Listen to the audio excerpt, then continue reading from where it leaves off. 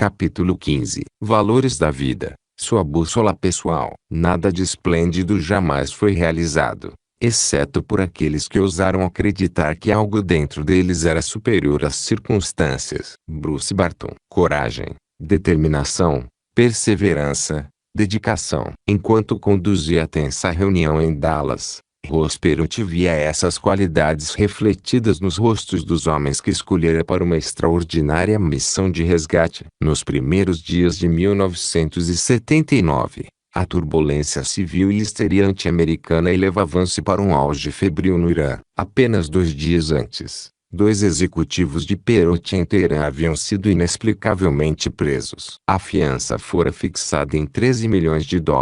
Como as negociações diplomáticas de alto nível não obtivessem êxito, Perot chegou à conclusão de que só havia um meio de tirar seus homens de lá. Teria de cuidar do problema pessoalmente, recorrendo à competência do lendário coronel do exército Arthur Bull Simmons para liderar a audaciosa expedição. Perot reuniu uma equipe de elite de altos executivos seus para participarem da operação. Todos foram escolhidos porque já haviam estado em Teherã e tinham experiência militar. Chamou a seus homens de águias, significando homens que voavam alto, tinham capacidade de iniciativa e realizavam o trabalho, em vez de inventarem desculpas. Fuller, Ken. O Voo da Águia, publicado no Brasil pela editora Record. As recompensas seriam altas se fossem bem-sucedidos, mas os riscos eram ainda maiores. Não havia nenhuma autorização oficial para a missão, e não apenas o fracasso era uma possibilidade, mas também a morte. O que levou Ross Perot a empenhar todos os seus recursos, assumir os riscos e desafiar as chances em contrário. Com toda certeza, é um homem que vive por seus valores. Coragem, lealdade, amor, compromisso e determinação são valores que lhe proporcionam uma extraordinária capacidade de se importar com os outros, e uma força de vontade que já se tornou lendária. Esses mesmos valores foram a força que o levou a desenvolver sua companhia, a EDS Electronic Data Systems Corporation, de um investimento de $1.000 para um empreendimento que vale hoje bilhões de dólares. Ele subiu ao topo por causa de sua capacidade de avaliar e selecionar os homens certos. Sempre os escolheu com base num rigoroso código de valores, e sabia que, com as pessoas certas, as que tinham padrões elevados, bastava-lhes dar o emprego e sair do caminho. Agora, teria o supremo teste do pessoal que selecionara, ao convocar seus executivos para mobilizarem seus melhores recursos e resgatarem uns poucos membros da família empresarial presos em Teherã. A história da missão e dos desafios encontrados pode ser lida no livro O Voo da Águia. Basta dizer aqui que, apesar de todos os obstáculos que pareciam insuperáveis, a heróica missão de resgate de Perot foi coroada de êxito, e trouxe de volta a si o patrimônio mais valioso, seus homens. O caráter de um homem é a sua divindade guardiã. Heráclito. Os valores guiam cada decisão que tomamos, e assim o nosso destino. Os que conhecem seus valores e vivem de acordo tornam-se os líderes de nossa sociedade. São exemplificados por pessoas eminentes em todos os Estados Unidos, das salas de diretoria às salas de aula. Você viu por acaso o filme Stand and Deliver? Contava a história do professor de matemática Jaime Escalante. Você se sentiu tão inspirado quanto eu pelos seus esforços heróicos em transmitir aos alunos sua paixão pelo saber, levou-os a associarem no sistema nervoso,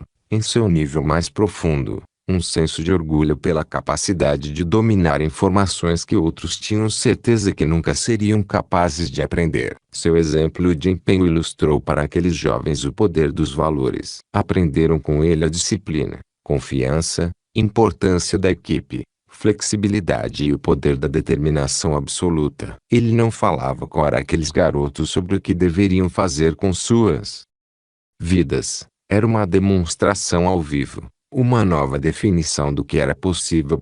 Conseguiu não apenas fazer seus alunos passarem em testes de matemática, de uma forma que todos julgavam impossível, mas também levou-os a mudarem suas convicções sobre quem eram e do que eram capazes, se quisessem se empenhar sistematicamente em alcançar um padrão superior. Se queremos um nível mais profundo de realização na vida, só podemos alcançá-lo de um modo, pelo mesmo caminho seguido por esses dois homens, decidindo o que mais prezamos na vida, quais são nossos valores superiores, e depois nos empenhando em viver por eles, todos os dias. Infelizmente, essa ação é muito rara na sociedade atual. Com uma frequência excessiva, as pessoas não têm uma noção definida do que é importante para elas. Confundem-se com a questão. O mundo parece uma massa cinzenta. Nunca assumem uma posição definitiva por qualquer coisa ou alguém. Se não somos objetivos sobre o que é mais importante em nossas vidas, o que realmente defendemos, então como podemos fixar as fundações para o amor próprio? Muito menos adquirir a capacidade de tomar decisões eficazes. Se algum dia você já se descobriu na situação de ter dificuldades para tomar uma decisão sobre qualquer coisa, o motivo é não ter sido objetivos sobre o que mais preza dentro da situação. Devemos lembrar que toda a tomada de decisão se resume a uma definição de valores. Quando sabe o que é mais importante para você, a decisão é bem simples. A maioria das pessoas, no entanto, é indefinida sobre o que é mais importante em sua vida, e com isso a tomada de decisão se torna uma forma de tortura interior. O que já não acontece com aqueles que definiram claramente os princípios mais altos de suas vidas. Não foi difícil para Ross Perot saber o que fazer. Seus valores determinaram tudo. Atuaram como uma bússola pessoal para guiá-lo através de uma situação invada de perigo. Recentemente, Escalante deixou o sistema educacional de Los Angeles em que trabalhava, e se mudou para o norte da Califórnia. Por quê? Não podia mais ser parte de uma organização em que não havia, como acreditava, padrões para o desempenho de um professor. Quem são as pessoas mais universalmente admiradas e respeitadas em nossa cultura? Não são aquelas que possuem uma sólida noção de seus próprios valores. Pessoas que não apenas professam seus padrões, mas também vivem de acordo. Todos nós respeitamos as pessoas que defendem aquilo em que acreditam, mesmo que não concordemos com suas ideias sobre o que é certo ou errado. Há poder que levam vidas congruentes, em que filosofia e ações são a mesma coisa. Com bastante frequência, reconhecemos esse estado singular da condição humana como uma pessoa íntegra. Em termos culturais, essas pessoas surgem sob muitas formas. Dos Joannes e Ross Perots aos Bob Hopes e Jerry Lewis, aos Martin Sheen e Hal Pinaders, aos Norman Cousins e Walter Cronkite. O fato puro e simples é que aqueles que percebemos como coerentes em seus valores possuem uma tremenda capacidade de influência em nossa cultura. Incontáveis americanos se lembram dos noticiários noturnos com Walter Cronkite. Ele esteve conosco em todos os dias mais importantes da vida do país, durante tragédias e triunfos, quando John F. Kennedy foi assassinado, e quando Neil Armstrong se tornou o primeiro homem a pisar na Lua. Walter era parte da família de cada um. Os americanos confiavam nele, implicitamente. No início da Guerra do Vietnã, ele relatou-a da maneira normal, com uma visão objetiva do envolvimento americano. Depois de visitar o Vietnã, no entanto, sua visão mudou, e seus valores de integridade e honestidade exigiram que, certo ou errado, comunicasse sua desilusão. Independente de concordar ou não com ele, o impacto de suas palavras pode ter sido a gota d'água que levou muitos americanos a começarem a questionar a guerra pela primeira vez. Agora, não eram apenas alguns estudantes radicais que protestavam contra o Vietnã, mas o próprio tio Walt. O conflito no Vietnã foi na verdade um conflito de valores dentro da cultura americana. A percepção das pessoas sobre o que era certo e errado, o que podia fazer uma diferença, foi a batalha travada nos Estados Unidos, enquanto os soldados derramavam seu sangue, arriscavam a vida, alguns sem saberem porquê. Uma incoerência de valores entre os líderes americanos tem sido uma das grandes fontes de dor em nossa cultura. O Watergate, sem dúvida, feriu a fundo muitos americanos. Contudo, ao longo de tudo isso, o país continuou a crescer e se expandir, porque há pessoas que sempre se destacam para demonstrar o que é possível, e nos estimular um padrão mais alto,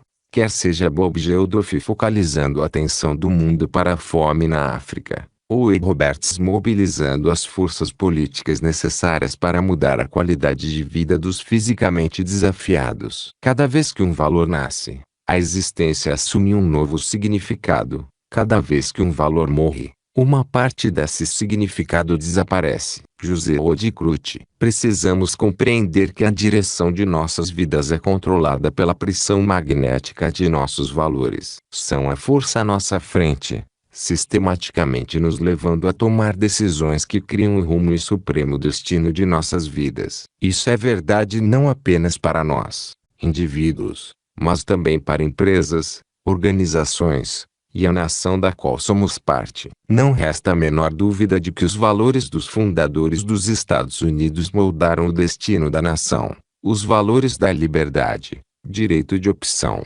igualdade, um senso de comunidade, trabalho firme, individualidade, desafio, competição, prosperidade e respeito pelos que têm força para superar a adversidade sempre definiram a experiência da vida americana e por conseguinte nosso destino comum. Esses valores fizeram com que os Estados Unidos se tornassem um país em permanente expansão, que inova e oferece uma visão de possibilidade para os povos do mundo inteiro. Um conjunto de valores nacionais e culturais teriam moldado o país de uma forma diferente? Pode apostar que sim. E se o valor considerado mais importante por nossos antepassados fosse a estabilidade, ou o conformismo? Como isso mudaria a face dos Estados Unidos? Na China, por exemplo, um dos valores mais altos da cultura é o valor do grupo versus o do indivíduo. A ideia de que as necessidades do indivíduo devem se subordinar às necessidades do grupo. Como isso moldou a vida chinesa diferente da vida americana? O fato é que, dentro dos Estados Unidos, há constante mudanças ocorrendo nos valores da cultura como um todo. Embora haja determinados valores básicos, eventos emocionais significativos podem criar mudanças nos indivíduos, e em decorrência nas empresas, organizações e países que eles constituem. As mudanças na Europa Oriental são obviamente as mais profundas alterações de valores que já ocorreram na comunidade internacional em nossas vidas. O que acontece com países e indivíduos também ocorre com empresas. A IBM é um exemplo de uma empresa cujos rumo e destino foram fixados por seu fundador, Tom Watson. Como ele definiu com clareza o que a companhia representava, o que seria mais importante para todas as pessoas experimentarem, independente dos produtos, serviços ou circunstâncias financeiras que surgiriam no futuro. Orientou a Big Blue para ser uma das maiores e mais bem-sucedidas empresas do mundo. O que podemos aprender com tudo isso? Em nossa vida pessoal e profissional, assim como na frente global, devemos ser objetivos sobre o que é mais importante em nossa vida, e decidir que viveremos por esses valores, não importa o que aconteça. Essa coerência deve ocorrer independente de haver ou não recompensas do ambiente por vivermos de acordo com os nossos padrões. Devemos viver por nossos princípios mesmo em meio às tempestades, mesmo quando ninguém nos concede o apoio de que precisamos. O único meio de ter a felicidade a longo prazo é viver por nossos ideais mais altos. Agir sistematicamente em consonância com o que acreditamos ser fundamental em nossa vida. Mas não poderemos fazer isso se não soubermos claramente quais são os nossos valores. Essa é a maior tragédia na vida da maioria das pessoas. Muitas pessoas sabem o que querem ter, mas não fazem ideia do que querem ser. Conseguir coisas apenas não vai satisfazê-lo. Só viver e fazer o que você acredita ser a coisa certa é que lhe proporcionará o senso de força interior que todos merecemos. Lembre-se de que seus valores, quaisquer que sejam, são a bússola que o guiam para seu supremo destino. Estão criando o caminho de sua vida ao orientá-lo a tomar determinadas decisões e efetuar determinadas ações sistematicamente. Não usar a sua bússola interior de forma inteligente resulta em frustração, desapontamento, falta de realização, e o sentimento incômodo de que a vida poderia ser mais, se ao menos, de algum modo, alguma coisa fosse diferente. Por outro lado, há um incrível poder em viver por seus valores, um senso de certeza, uma paz interior, uma total harmonia, que poucas pessoas jamais experimentam. Se você conhece seus verdadeiros valores, prepare-se para a dor. O único meio pelo qual podemos nos sentir felizes e realizados, a longo prazo, é viver de acordo com os nossos verdadeiros valores. Se isso não acontecer, é certo que vamos experimentar uma dor intensa. Com uma frequência excessiva, as pessoas desenvolvem padrões de comportamento habituais que as frustram e têm o potencial de destruí-las. Fumar, beber, comer demais, consumir drogas, tentar controlar ou dominar os outros, assistir televisão por horas a fio, e assim por diante. Qual é o verdadeiro problema? Esses comportamentos são na verdade o resultado de frustração, raiva e o vazio que as pessoas sentem, porque não há um senso de realização em suas vidas. Tentam se distrair desses sentimentos de vazio, preenchendo a lacuna com o comportamento que produz uma rápida e temporária mudança de estado. Esse comportamento acaba se tornando um padrão, e as pessoas muitas vezes focalizam apenas a mudança do comportamento, sem cuidarem da causa. Não tem apenas um problema de bebida, por exemplo. Tem um problema de valores. Só bebem para tentar mudar seu estado emocional, porque não gostam da maneira como se sentem. Não sabem o que é mais importante para elas em suas vidas. O consolo é que experimentamos, sempre que vivemos por nossos padrões mais elevados, sempre que atendemos a nossos valores, uma imensa alegria. Não precisamos de comida ou bebida em excesso. Não precisamos entrar num estado de estupor, porque a vida já é incrivelmente rica sem esses excessos. Distrair-nos dessas picas excepcionais seria como tomar pílulas para dormir na manhã da Natal. Adivinhe qual é o desafio? Como sempre, já estávamos dormindo quando a essência do que moldaria nossas vidas foi definida. Éramos crianças que não compreendiam a importância de ter uma noção clara dos próprios valores, ou adultos lidando com as pressões da vida, já tão distraídos que não podíamos direcionar a formação de nossos valores. Devo reiterar que cada decisão é guiada por esses valores, e na maioria dos casos não fomos nós que os fixamos. Se eu lhe pedisse para fazer uma lista de seus 10 valores principais, escrevendo-os na ordem exata de importância, posso apostar que apenas uma em cada 10.000 pessoas seria capaz. E essa uma em 10.000 teria participado de meu seminário Encontro com o Destino. Mas se você não conhece a resposta a essa pergunta, como pode tomar decisões objetivas? Como pode fazer opções que sabe que, a longo prazo, atenderão às suas necessidades emocionais mais profundas? E difícil atingir o alvo quando nem se sabe qual é. Conhecer seus valores é fundamental para ser capaz de viver de acordo. Sempre que você tiver dificuldade para tomar uma decisão importante,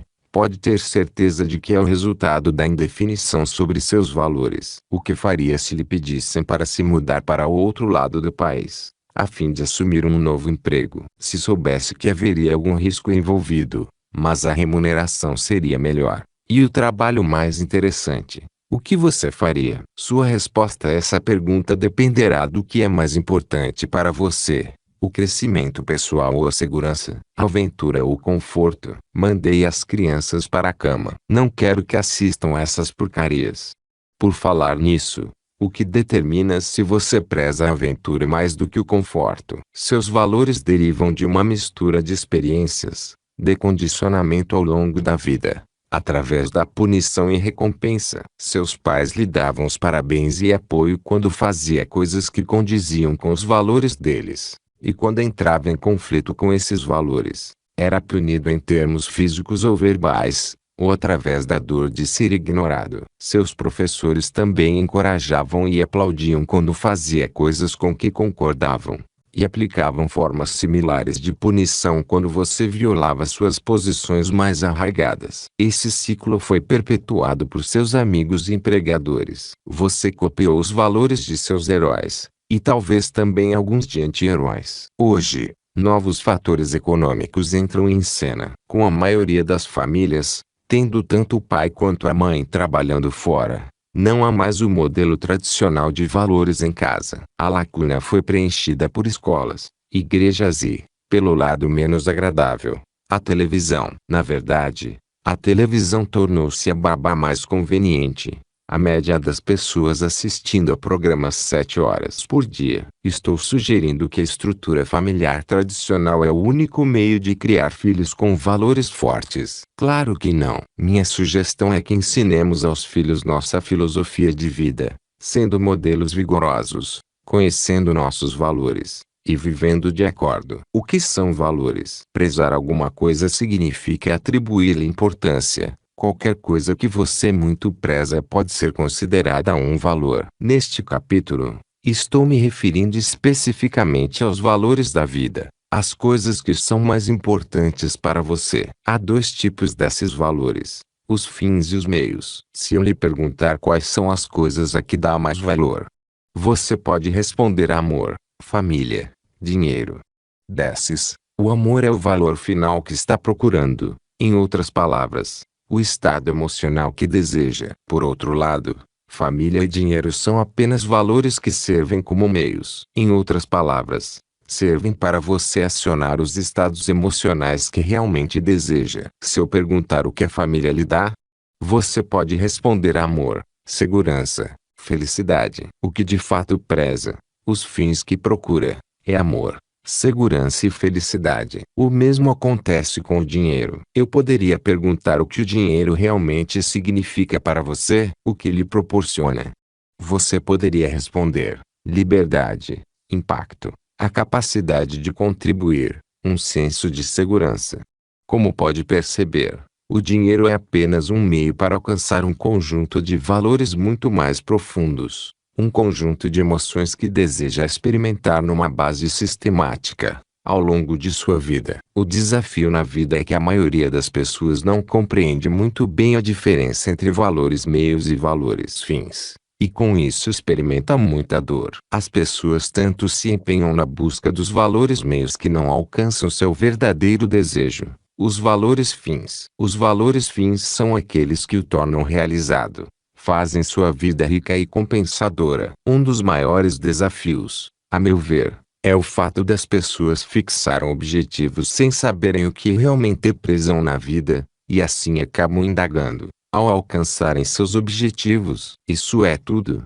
Por exemplo, digamos que os valores mais altos de uma mulher são a preocupação com os outros e a contribuição. Resolve tornar-se uma advogada, porque conheceu um advogado que muito a impressionou por ser capaz de fazer uma diferença, ajudando as pessoas através de seu trabalho. O tempo vai passando, e ela fica absorvida no turbilhão do exercício da advocacia, querendo se tornar sócia da firma. Enquanto se empenha para conquistar essa posição, seu trabalho assume um foco inteiramente diferente. Passa a controlar e dirigir a firma. Torna-se uma das mulheres mais bem-sucedidas que conhece, mas sente-se infeliz, porque não tem mais contato com os clientes. Sua posição criou um relacionamento diferente com os outros advogados, e passa a maior parte do tempo em reuniões, determinando protocolos e procedimentos. Ela alcançou seu objetivo, mas não realizou o desejo de sua vida. Alguma vez você já caiu nessa armadilha de procurar os meios como se fossem o fim que desejava? Para encontrar a felicidade,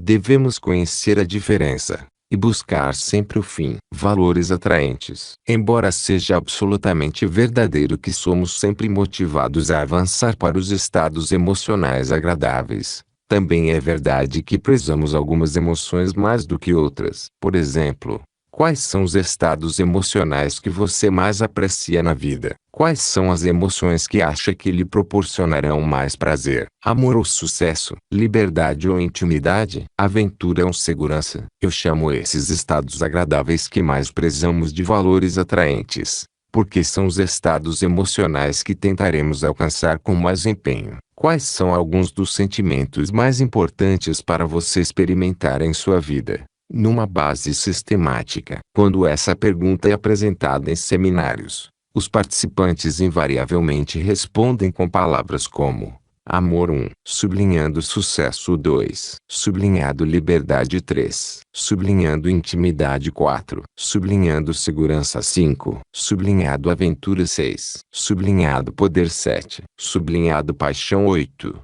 sublinhado conforto 9, sublinhando saúde 10, sublinhado É mais do que provável que você preza todas essas emoções, e que todos são importantes para sentir. Mas não seria justo dizer que não preza todas igualmente. É evidente que há alguns estados emocionais pelos quais você se empenhará mais do que por outros. Na verdade, todos nós temos uma hierarquia de valores. Cada pessoa que examinar essa lista vai considerar alguns estados emocionais mais importantes do que outros. Algumas pessoas prezam o conforto acima da paixão, ou a liberdade acima da segurança, ou a intimidade acima do sucesso. Faça uma pausa neste momento e determine quais os valores que mais preza nessa lista. O meio de fazer isso é simplesmente o de reescrever a lista em sua ordem de importância, 1 sendo o estado emocional que você considera mais importante, e o 10 sendo menos importante. Por favor, faça pausa agora e preencha as linhas em branco na sua ordem de importância. Preocupe-se mais com seu caráter do que com sua reputação, porque seu caráter é o que você realmente é, enquanto a reputação é com acento grave apenas o que os outros pensam que você é. John Wooden, o que você aprendeu ao elaborar sua lista? Se eu estivesse sentado ao seu lado, provavelmente poderia lhe oferecer algum retorno de qualidade. Por exemplo, saberia muita coisa a seu respeito se o valor número 1 fosse a liberdade, seguido por paixão, aventura e poder. Sei que tomará decisões diferentes de pessoas que têm como valores principais a segurança, conforto, intimidade e saúde. Acha que uma pessoa cujo valor principal é aventura toma decisões da mesma maneira que alguém que preza a segurança acima de tudo? Acha que essas pessoas guiariam o mesmo tipo de carro? Partiriam em férias da mesma maneira? Procurariam a mesma profissão? De jeito nenhum. Lembre-se de que seus valores,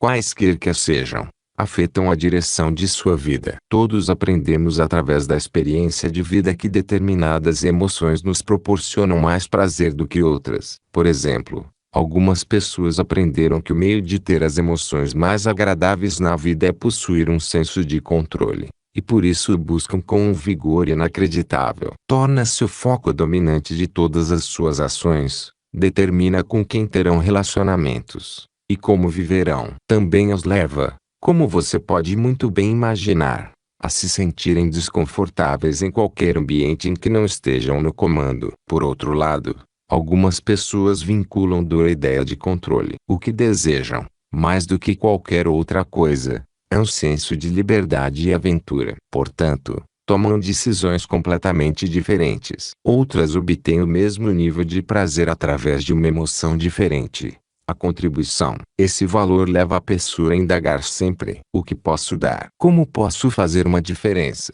Isso, com toda certeza, as enviaria num rumo diferente de alguém que tem o controle como valor mais alto. A partir do momento em que você sabe quais são os seus valores, pode compreender claramente por que segue nas mesmas direções de forma sistemática. Além disso, ao constatar a hierarquia de seus valores, você pode perceber por que às vezes tem dificuldade para tomar decisões, ou porque pode haver conflitos em sua vida. Por exemplo, se o valor número 1 de uma pessoa é a liberdade, e o número 2 é a intimidade, esses dois valores incompatíveis se encontram tão próximos que haverá desafios frequentes. Lembro de um homem que aconselhei uma ocasião. Ele sentia essa constante pressão de um lado para outro. Procurava pela autonomia, mas quando alcançava, sentia-se solitário, e ansiava pela intimidade. Depois, ao buscar intimidade, ficava com receio de perder a liberdade,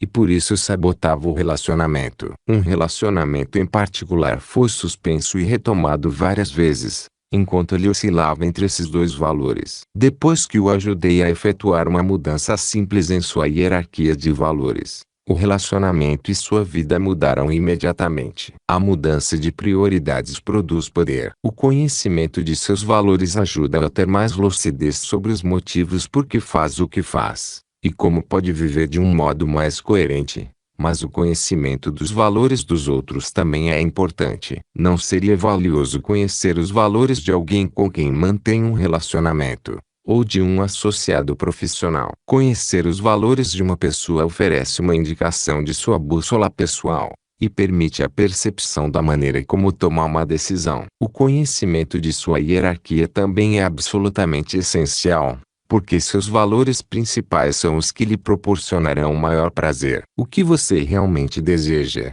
sem dúvida, é dar um jeito de satisfazer a todos os seus valores todos os dias. Se não o fizer, experimentará o que parece ser um sentimento inexplicável de vazio ou infelicidade. Minha filha, Jolie, leva uma vida excepcionalmente rica, em que seus valores mais altos são quase sempre atendidos. É também uma maravilhosa atriz, dançarina e cantora. Aos 16 anos, participou de uma audição para se apresentar na Disneylândia. Sabia que isso preencheria seu valor de realização.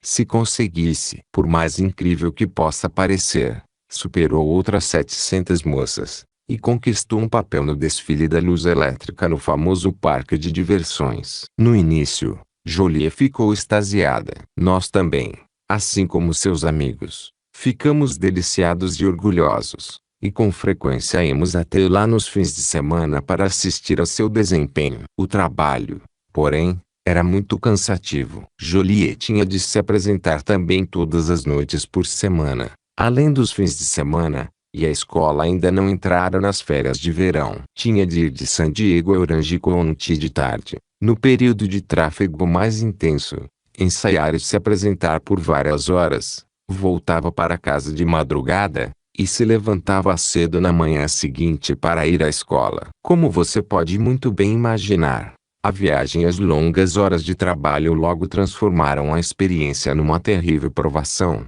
para não mencionar o traje bastante pesado que era obrigada a usar, e a deixava com dores nas costas. Ainda pior, no entanto, pela perspectiva de Jolie, era o fato de que o trabalho intenso reduzia drasticamente sua vida pessoal, impedindo-a de passar algum tempo com a família e os amigos. Comecei a notar que ela entrava a todo instante em estados emocionais bastante áridos. Chorava por qualquer coisa. Passou a se queixar das coisas numa base sistemática, o que nunca fora seu hábito. A gota d'água final ocorreu quando toda a família se preparava para passar 3 semanas no Havaí, no programa de confirmação, à exceção de Jolie, que teria de permanecer em casa para continuar em seu trabalho na Disneylândia. Uma manhã ela chegou ao limiar, e me procurou em lágrimas, índices e confusa. Sentia-se frustrada, infeliz e irrealizada, apesar de ter alcançado o que parecia ser um objetivo incrível apenas 6 meses antes. A Disneylândia se tornara uma coisa dolorosa para ela. Por quê? Porque passará a ser um obstáculo à sua capacidade de desfrutar a companhia das pessoas que mais amava. Além disso, Jolie sempre achara que o tempo que passava no programa de confirmação, no qual participava como treinadora, a ajudava a crescer, mais do que qualquer outra coisa em sua vida. Muitos de seus amigos de outras partes do país compareciam ao programa todos os anos, e a Disneylândia começava a lhe parecer frustrante, porque sentia que não estava crescendo nem se expandindo ali. Sentiria dor se decidisse nos acompanhar ao Havaí, porque não queria ser uma pessoa que desiste facilmente, e sentiria dor se continuasse a trabalhar na Disneylândia, porque isso acarretaria a perda de coisas que considerava muito importantes. Sentamos para conversar, e pude ajudá-la a examinar os 4 valores principais em sua vida. Eram os seguintes: 1. Amor. 2. Saúde e vibração. 3. Crescimento. E 4. Realização. Ao constatar seus valores, compreendi que poderia ajudá-la a encontrar a lucidez necessária para decidir o que seria certo para ela. Por isso, perguntei-lhe: o que o trabalho na Disneylândia proporciona a você? O que há de tão importante em trabalhar na Disneylândia? Ela me disse que se animara originalmente porque o considerava como uma oportunidade de fazer novos amigos, receber o reconhecimento por seu trabalho, divertir-se, e experimentar um tremendo senso de realização. Agora, no entanto, não havia mais o senso de realização, porque sentia que não estava mais crescendo, e sabia que haveria outras coisas que poderia fazer para acelerar sua carreira mais depressa. Jolie disse ainda: sinto que estou me consumindo. Acho que não estou mais saudável, e sinto uma tremenda falta da convivência com a família. Indaguei então: O que representaria uma mudança nessa área de sua vida? Se deixasse a Disneylândia, passasse algum tempo em casa, e depois fosse para o avião com a gente, o que isso lhe proporcionaria? Ela se animou no mesmo instante,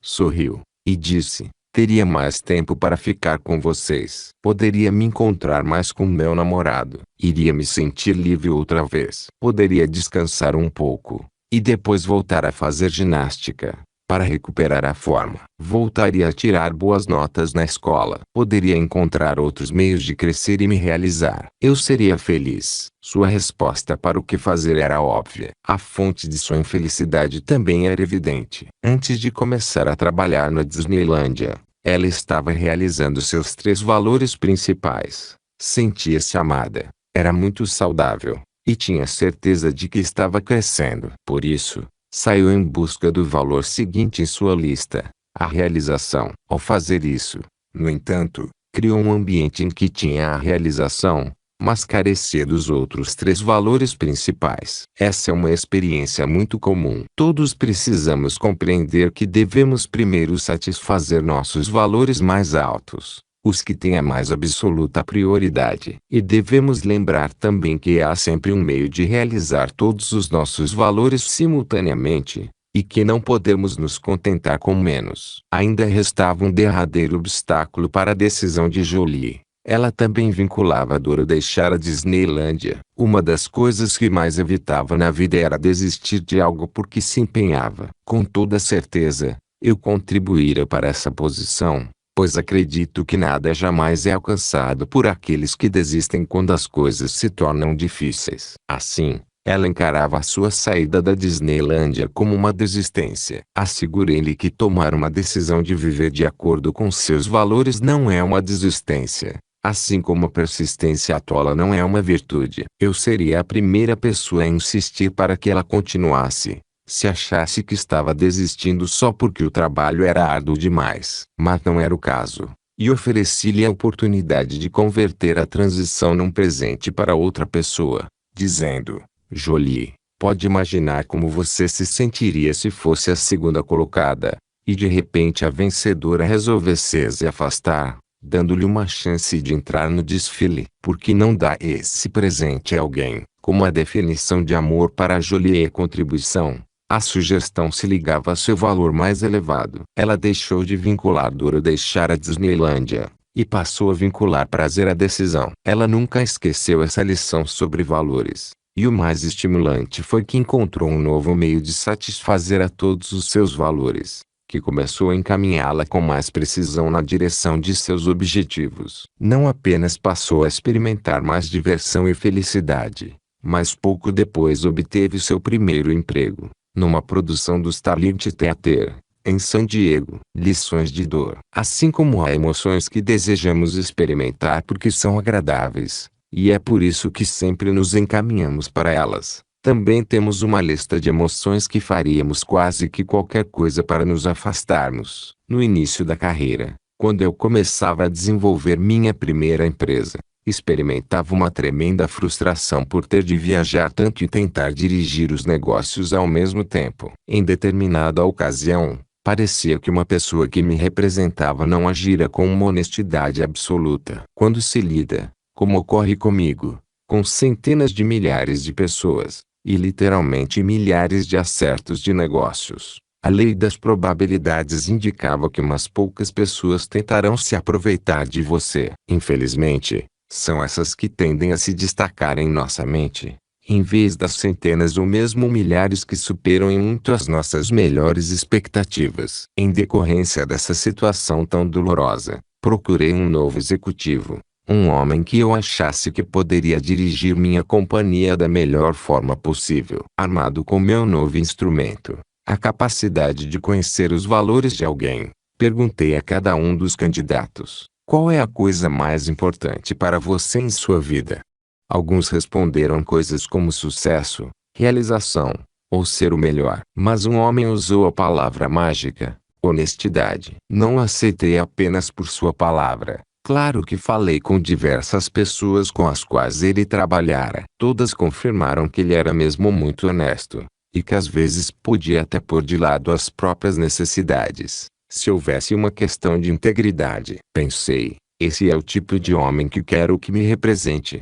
E ele fez um excelente trabalho. Não demorou muito, porém, para que se tornasse evidente que precisávamos de um associado adicional para ajudar a dirigir os negócios em rápida expansão. Meu executivo recomendou alguém que achava que poderia se tornar seu companheiro, com os dois dirigindo em conjunto a minha organização. Isso me pareceu sensacional. Conheci esse homem, a quem chamarei de Sr. Smith. Tenho trocado nomes para proteger pessoas não tão inocentes. E ele fez uma apresentação espetacular, demonstrando para mim como poderia utilizar todas as habilidades que desenvolverá ao longo dos anos para levar minha companhia ao nível seguinte. Poderia liberar meu tempo, o que me permitiria promover seminários ainda maiores, e causar impacto em mais pessoas, sem ter de viver em viagem. Na ocasião, eu passava quase 150 dias por ano longe de casa, conduzindo meus seminários. Além de todo o resto,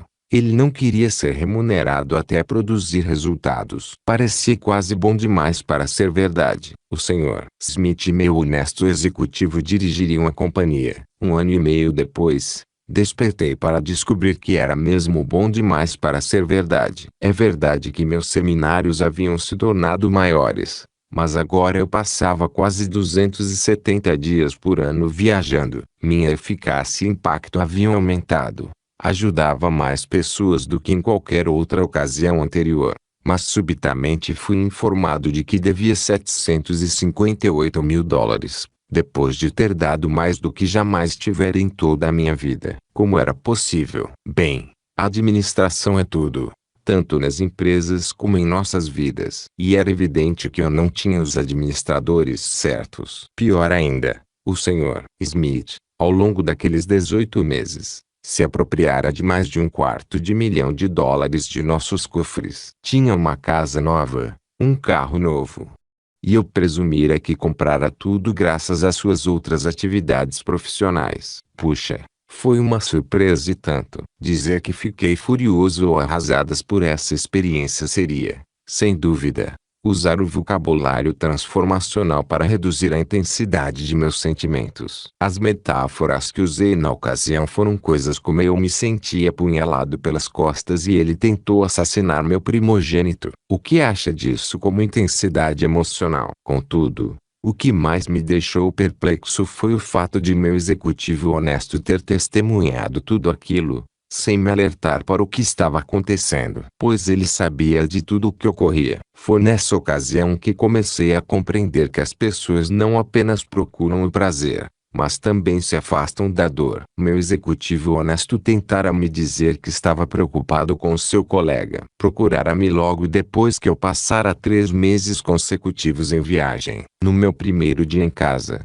visitara-me para dizer que tinha dúvidas sobre a integridade do Sr. Smith. Fiquei preocupado no mesmo instante, e perguntei por quê. Ele respondeu: quando nos mudamos para o novo escritório, ele fez questão de ficar com a sala maior. Era algo tão mesquinho que fiquei irritado, e disse, antes de interromper abruptamente a reunião: foi você quem o indicou para o cargo. Portanto, cuide dele pessoalmente.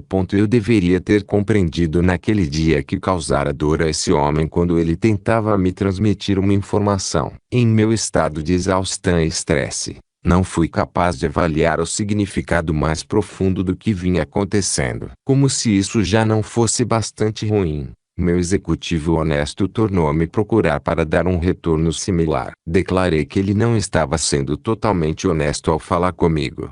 Em vez de conversar com o Sr. Smith, fui até a sala do outro diretor, e comuniquei. Ele me disse isso e aquilo a seu respeito. Vocês dois resolvam isso. Pode imaginar a dor que ele obteve do Sr. Smith. Recordando a experiência agora, posso compreender claramente por que ele não me contou toda a verdade. Dizer a verdade, que indicar alguém que desviara mais de $250 milhões da companhia, parecia-lhe, a curto prazo, ser mais doloroso do que simplesmente adiar, e tentar encontrar algum outro meio de lidar com o problema mais tarde. Na verdade, ao recordar todas as dificuldades que sempre tive com esse executivo, invariavelmente se reduziam a ocasiões em que ele não fazia as coisas que precisava fazer apenas porque queria evitar o sentimento de confrontação. Essa era a dor suprema para ele. Embora a honestidade fosse importante, evitar a confrontação era ainda mais importante. Por isso,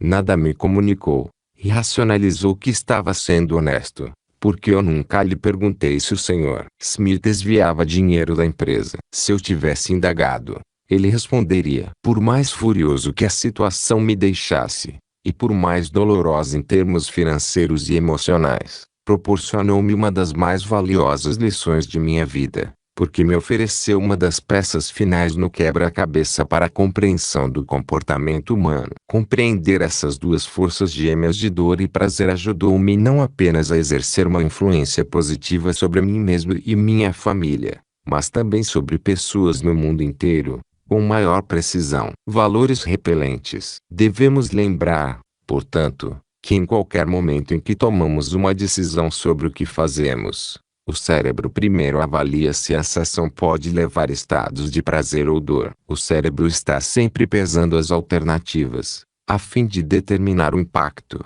baseado em sua hierarquia de valores. Se, por exemplo, eu lhe pedisse para saltar de paraquedas em queda livre, e a emoção número 1 que você tenta evitar a qualquer custo é o senso de medo, então é óbvio que você não fará essa ação, não é mesmo? Se, no entanto, o valor número 1 que você quer evitar a qualquer custo é um sentimento de rejeição, e acha que eu posso rejeitá-lo se não me atender, você pode tomar a decisão de pular do avião.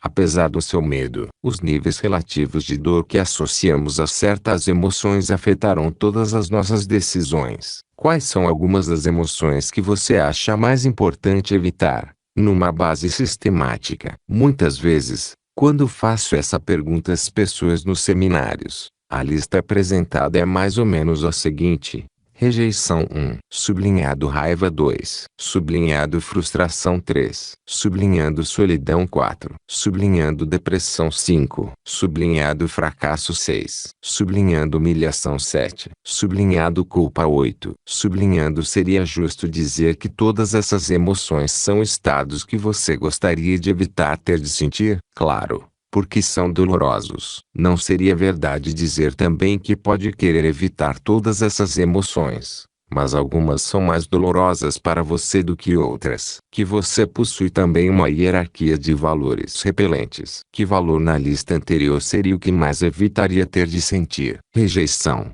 depressão, humilhação? A resposta a essa pergunta determinará seu comportamento praticamente em qualquer ambiente. Faça uma pausa antes de continuar. Escreva sua lista nas linhas em branco, começando pelos estados que mais tentará evitar, ao menos. Espero que possamos fazer uma universidade de que nosso time de futebol americano se orgulhe. Universidade de Oklahoma. O que lhe diz um exame de sua lista? Se, por exemplo, você põe no topo da lista que a emoção que mais deseja evitar é a humilhação, pode perceber como evita sistematicamente ingressar em situações em que poderia ser julgado com mais rigor. Se a solidão é a emoção que deseja evitar acima de tudo, isso pode levá-lo a se tornar uma pessoa protetora, projetando-se para os outros, e tentando ser generoso numa base irregular, a fim de que queiram sua companhia, e se encontre sempre cercado por muitos amigos agradecidos. A fonte de autossabotagem. Conflitos de valores. Agora, vamos examinar a dinâmica criada por sua hierarquia de valores. Se você selecionou o sucesso, por exemplo, como seu primeiro valor atraente, e a rejeição como principal valor repelente, percebe alguns possíveis desafios que essa hierarquia pode criar em sua vida. Posso lhe garantir que uma pessoa que tente alcançar o prazer do sucesso sem jamais experimentar a dor da rejeição nunca terá êxito a longo prazo. Na verdade, essa pessoa vai sabotar a si mesma, antes de ser bem-sucedida em grande escala. Como posso fazer tal alegação? Lembre-se do princípio organizacional básico de que falamos aqui com tanta frequência. As pessoas farão mais para evitar a dor do que para alcançar o prazer. Se você quer realmente ter o sucesso ao nível mais alto, Não deve estar disposto a arriscar a rejeição. Não deve estar disposto a experimentá-la. Não é verdade que mesmo que você seja honesto e sincero, e dê tudo aos outros todos os dias, ainda assim há pessoas que interpretam de forma errada suas ações, e o julgam sem jamais tê-lo conhecido pessoalmente. Quer você seja um escritor, um cantor, um orador, quer um executivo, o potencial de rejeição sempre existe. Como o cérebro sabe que para ter sucesso é preciso correr o risco de rejeição, e já concluiu que os sentimentos de rejeição são os níveis supremos de dor, tomará a decisão de que o prazer do sucesso não vale o preço, e o levará a sabotar seu comportamento, antes mesmo que alcance a posição. Muitas vezes encontro pessoas que dão gigantescos passos para frente, apenas para recuar misteriosamente no último instante. Ou dirão ou farão coisas que sabotam o próprio sucesso pessoal, emocional ou físico que procuram. Invariavelmente, o motivo é um conflito de valores. Parte do cérebro está dizendo vá atrás, enquanto outra parte diz que se você o fizer, vai sofrer muita dor. Assim, tais pessoas dão 2 passos para frente e 1 para trás. Durante a campanha eleitoral de 1988, eu costumava chamar esse princípio de síndrome Gariardi. Era um homem de bem que parecia sinceramente preocupado com as pessoas e a sociedade, mas cujos conflitos de valores estavam expostos para todos verem. Gariardi era um homem horrível. Duvido muito. Era apenas alguém que tinha valores num tremendo conflito. Foi criado numa igreja que o ensinara que cometia um pecado se sequer dançasse. Ao mesmo tempo, foi exposto a modelos de vida como Warren Beatty. É evidente que esses desejos conflitantes desempenharam um papel importante em sua derrocada política. Você acha que uma pessoa tão inteligente quanto Gariardi diria aos repórteres: se vocês têm dúvidas a meu respeito, podem me seguir, e saía dali para visitar a amante? É claro que isso era a maneira que seu cérebro tinha de livrar-se da dor de estar numa posição em que tinha de jogar pelas regras dos outros. Pode chamar isso de psicologia popular, se quiser, mas não faz sentido que você é atraído em 2 direções diferentes. Não será capaz de servir a ambos os amos. Algo tem de ceder. Faremos qualquer coisa que for necessária, consciente ou inconscientemente, para não experimentar nossos níveis mais intensos de dor. Todos já conhecemos pessoas públicas que experimentaram a dor de conflitos de valores, mas, em vez de passarmos julgamento, precisamos compreender que cada um de nós também tem seus conflitos de valores. Por quê? Repito mais uma vez, apenas porque nunca fomos nós que determinamos o sistema. Permitimos que o ambiente nos moldasse, mas podemos começar a mudar isso agora. Como? Basta dar 2 passos.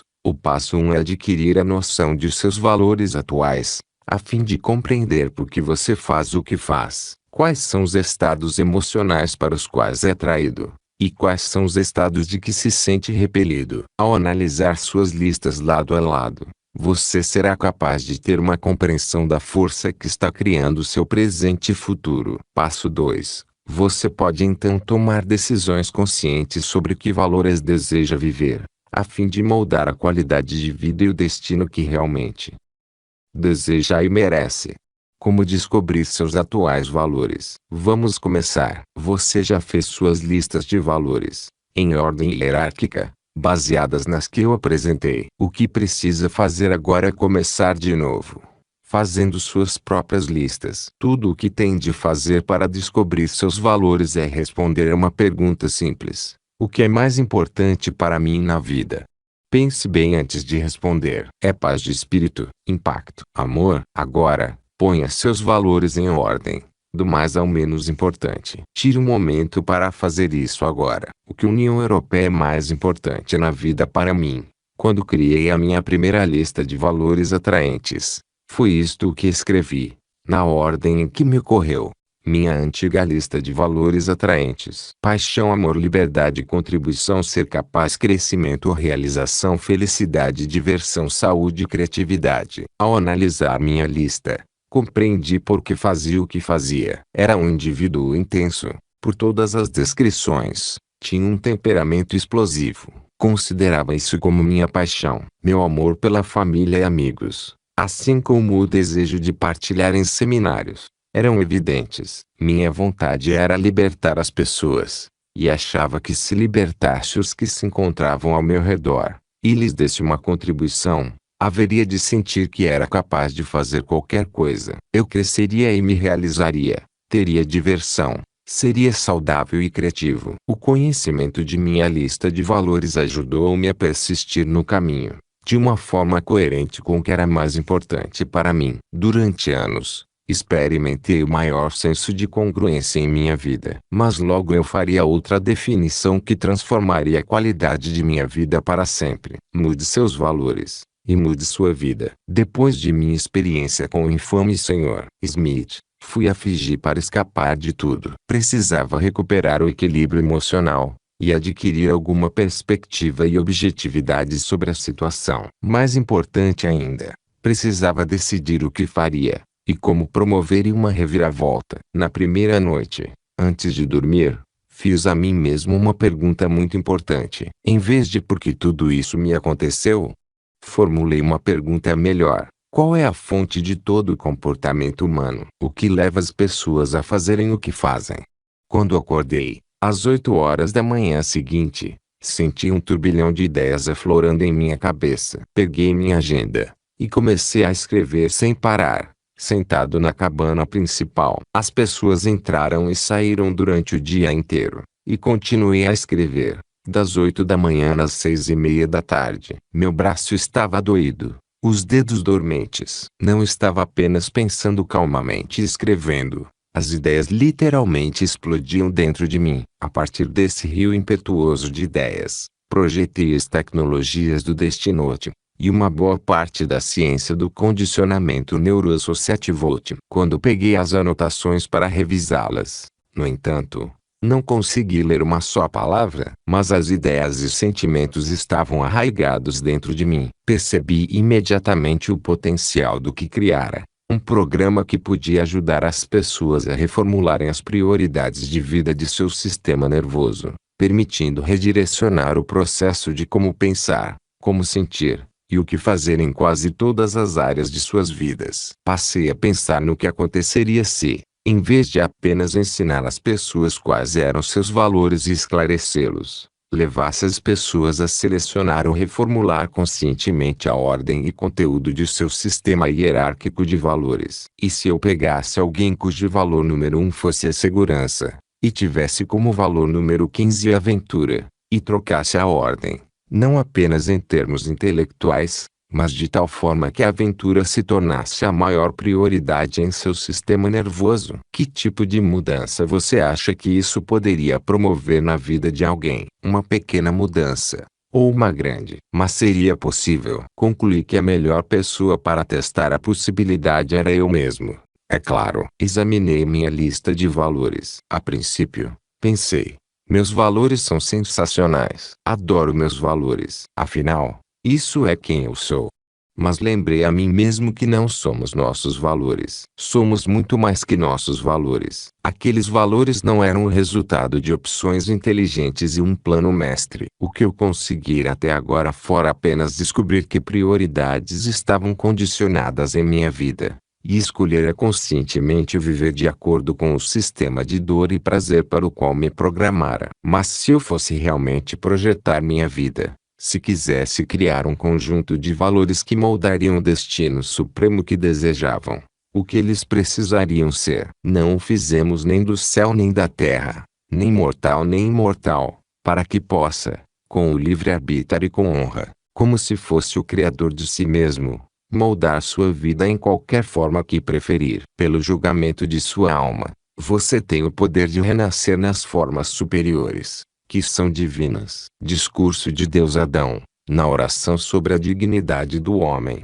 de Pico delle Mirandola. Eu me senti profundamente inspirado quando comecei a compreender que naquele momento estava prestes a tomar decisões que mudariam a direção de minha vida para sempre. Passei a examinar meus valores, e a fazer a pergunta: o que meus valores precisam ser para criar meu supremo destino, a fim de ser a melhor pessoa que eu puder, a fim de causar o maior impacto durante a minha vida.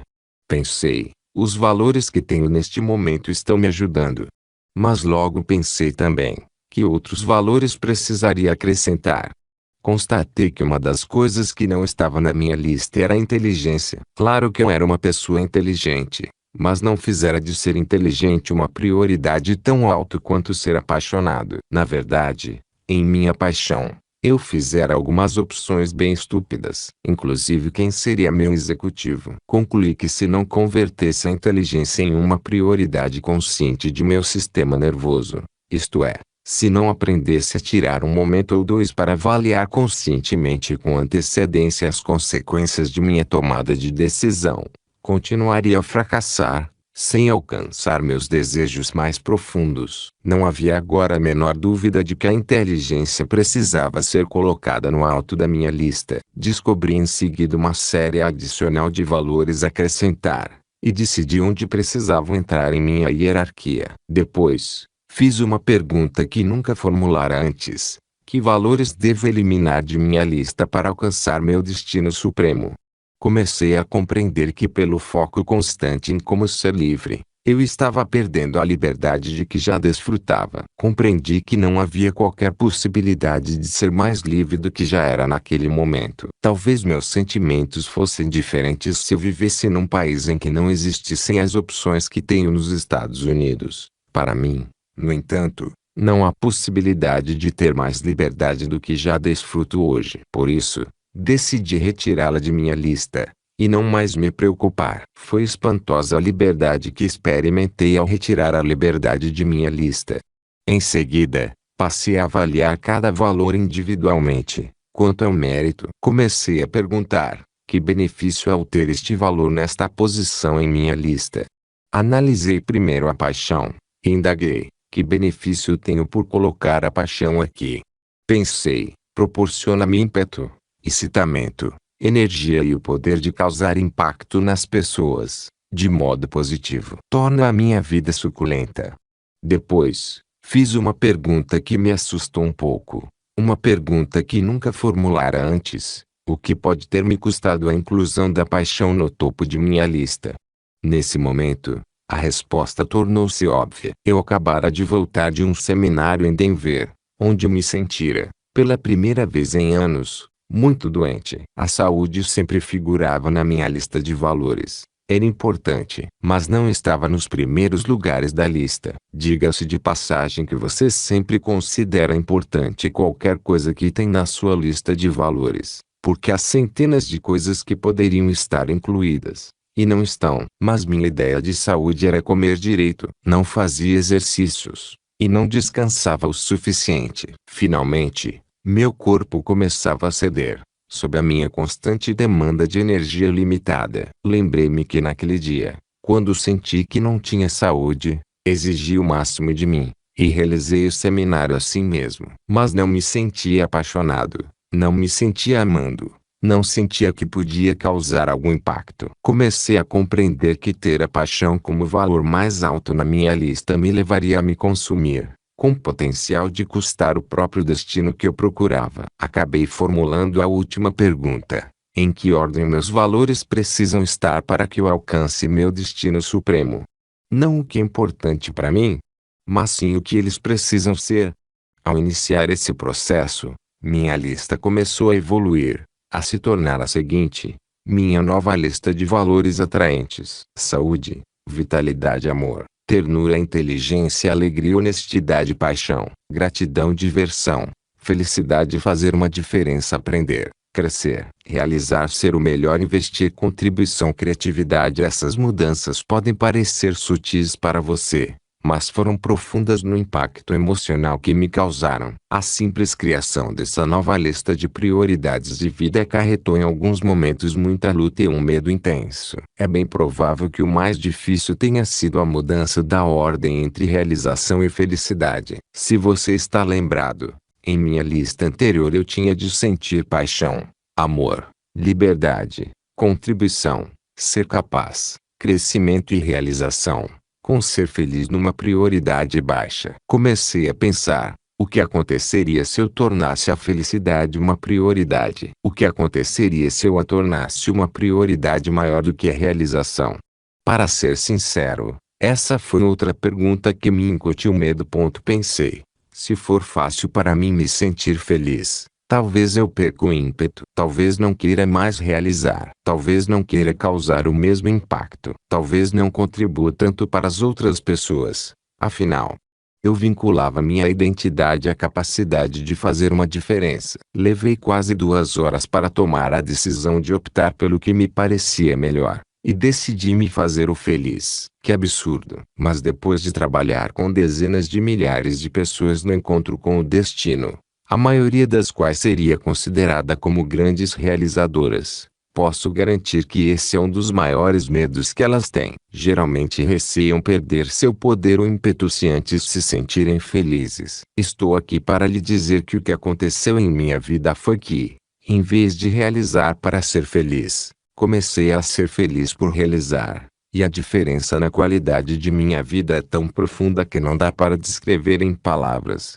Não perdi o ímpeto. Muito ao contrário. Passei a me sentir tão bem que queria fazer ainda mais. Quando minha lista ficou completa, experimentei uma emoção que não podia sequer lembrar de ter sentido antes. Um senso de calma. Havia um senso de certeza que não conhecera antes. Porque agora eu sabia que cada parte de mim seria atraída na direção certa dos meus sonhos. Não mantinha mais um cabo da guerra comigo mesmo. Ao deixar de me empenhar constantemente pela liberdade, eu poderia ter ainda mais intimidade e amor, e poderia me sentir ainda mais livre. Agora, seria feliz por realizar. Seria saudável, dinâmico, cheio de vitalidade. Com a decisão de mudar as prioridades de minha vida, pude sentir no mesmo instante as mudanças em meu corpo físico. Também comecei a compreender que havia determinados estados emocionais que eu deveria evitar, se queria ser bem-sucedido. Um deles, sem qualquer dúvida,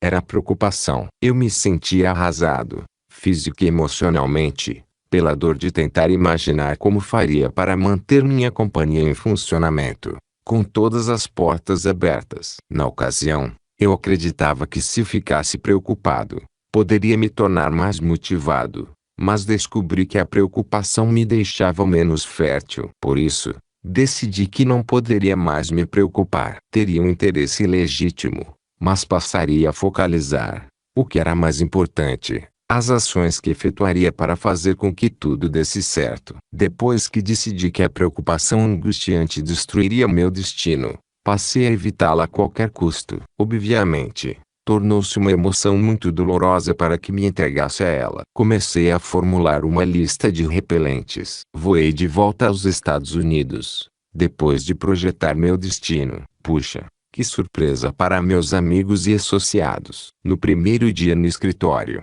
as pessoas me procuravam e perguntavam: o que aconteceu com você? Parece tão diferente, tão relaxado. Comecei a descarregar minha tecnologia inteiramente nova, por horas a fio, em cada pessoa, até que compreendi que precisava refiná-la e incluí-la num seminário. Foi assim que nasceu o Encontro com o Destino. Escrevi este livro pelo desejo de divulgar a tecnologia Destino NAC para tantas pessoas quanto puder atingir. Espero que você a use agora. Lembre-se de que podemos realmente projetar quem nos tornamos. Dê-me beleza na alma interior, que o homem exterior e interior sejam um só. Traço Sócrates. Mas como você pode assumir o controle desse terceiro elemento de seu sistema central conhecido como valores? Dê os 2 passos simples seguintes. Passo 1. Descubra quais são os seus valores atuais, e classifique-os na ordem de importância. Isso lhe proporcionará uma percepção sobre o que mais quer experimentar, seus valores atraentes, e o que mais quer evitar em sua vida, seus valores repelentes. Passará a ter uma compreensão de por que faz o que faz. Também lhe oferecerá uma oportunidade, se quiser, de experimentar sistematicamente mais prazer em sua vida, pela compreensão do sistema do prazer que já está embutido em você. Passo 2. Se está disposto a pegar o touro à unha, você tem uma oportunidade de redirecionar seu destino. Faça a si mesmo uma nova pergunta: quais precisam ser meus valores para alcançar o destino que desejo e mereço?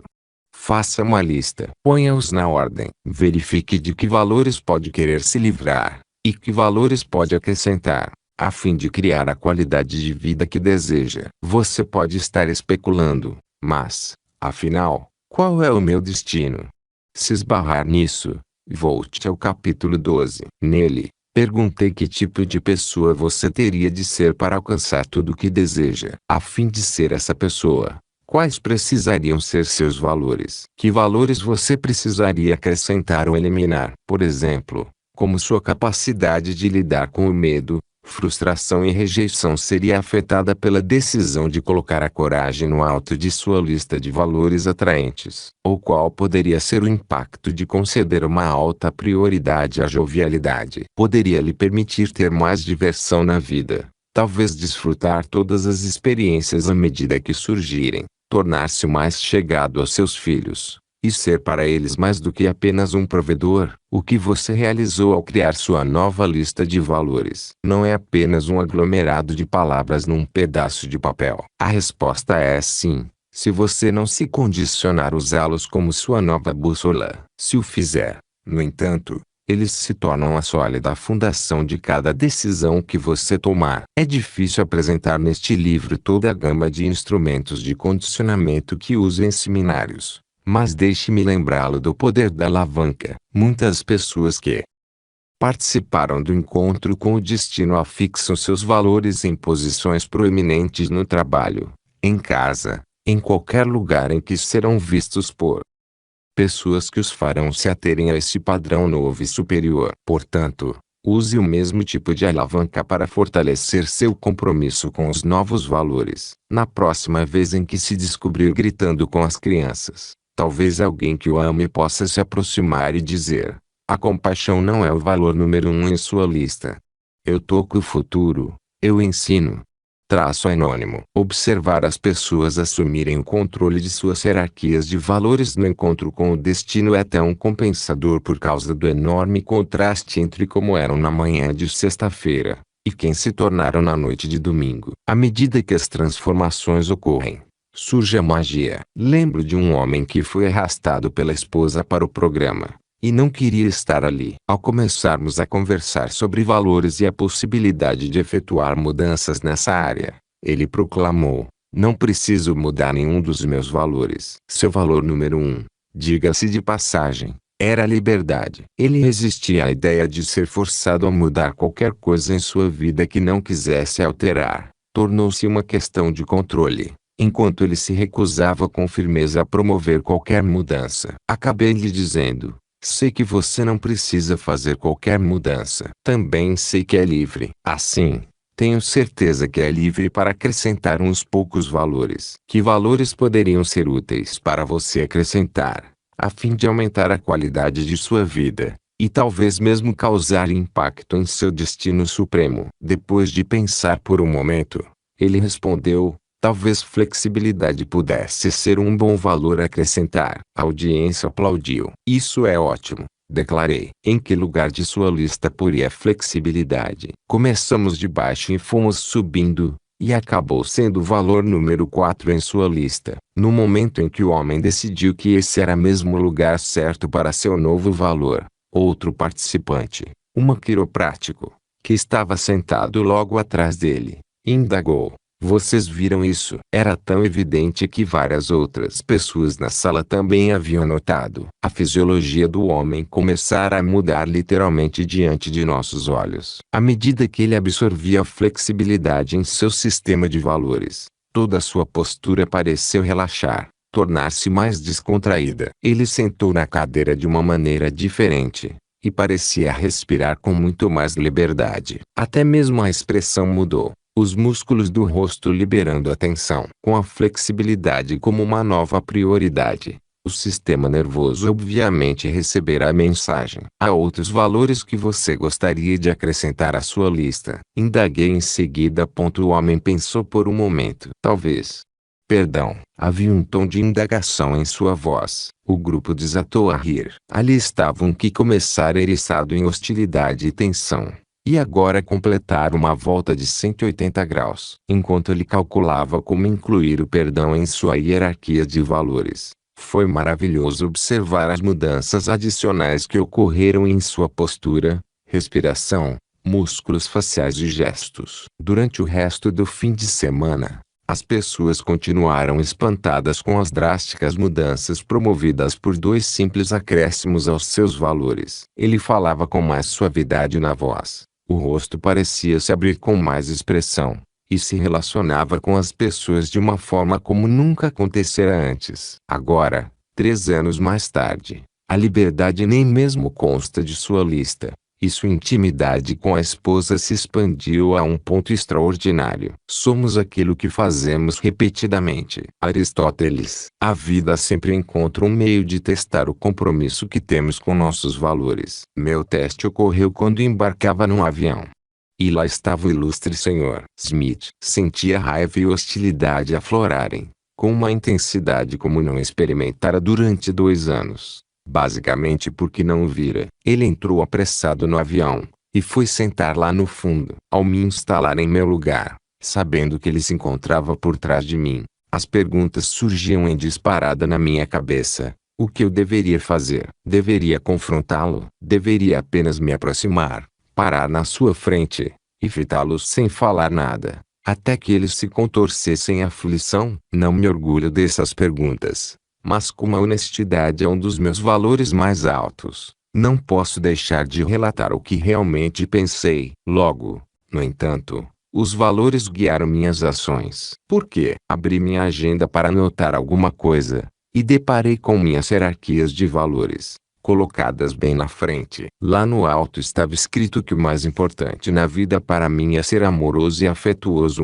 Ser inteligente. 1. Ser alegre, ser honesto, ser apaixonado, ser agradecido, divertir-me, fazer uma diferença. Como você pode muito bem imaginar, meu estado mudou de uma forma radical. É óbvio que meu padrão fora rompido. Um lembrete de quem sou de fato me contemplava. E tornou-se evidente o que fazer. Quando o avião pousou, procurei-o com sinceridade e cordialidade. Disse-lhe que não apreciava nem aprovava seu comportamento passado, mas decidira que não manteria um nível de intenso ressentimento contra ele, e até lhe desejava tudo de bom. Minha última lembrança do Sr. Smith é de seu rosto aturdido, enquanto eu virava as costas e me afastava. Puxa, que emoção! Mesmo num ambiente de tensão, eu fizera o que acreditava que era certo. Nada na vida pode se comparar à realização de saber que você fez o que acredita ser a coisa certa. Dê a si mesmo o presente de assumir o comando dessa força que molda seu destino. Não deixe de fazer os exercícios que podem definir as prioridades de sua vida. É possível ter valores e sentir que não se está vivendo de acordo. Você pode ter um grande sistema de valores, que lhe proporciona à sua vida uma direção magnífica, mas ainda se sentir infeliz, a menos que compreenda o poder das